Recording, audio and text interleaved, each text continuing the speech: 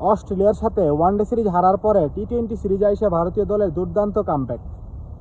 আমরা সবাই মনে করছিলেন যে ওয়ানডের মতো টি-20 সিরিজটা হয়তো বা ভারত একচিটিয়াভাবে হারবে, কিন্তু না।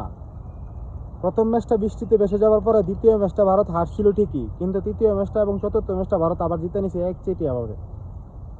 আজকের ম্যাচটা তো ভারত 48 রানের বিশাল বড় ব্যবধানে জয়লাভ করছে। টি-20তে 48 রান অনেক বেশি রান, সম্ভবত 8 ওভারের বড় ব্যবধানে জয়লাভ করছে। অস্ট্রেলিয়া অল আউট হয়ে গেছে মাত্র 18 ওভার 2 বলে।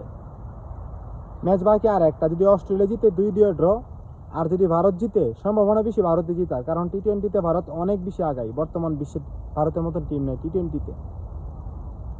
অভিষেক শর্মা, শুভমান গিল, সূর্যা কুমার যাদব, মানে প্রত্যেকে সুপারস্টার প্লেয়ার আর কি টি-20তে, বিশেষ করে। ওয়ানডেতে যদিও হেরে গেছে, অস্ট্রেলিয়ার ঘরের মাঠ ছিল বলে, কিন্তু অস্ট্রেলিয়ার মাটিতে অস্ট্রেলিয়ার সাথে যদি এই টি-20 সিরিজটা ভারত জিতে, এটা হবে অনেক বড় একটা অর্জন। সম্ভাবনা যদি ভারত জিতে তাহলে 3-1 বড় ব্যবধানে জিতবে।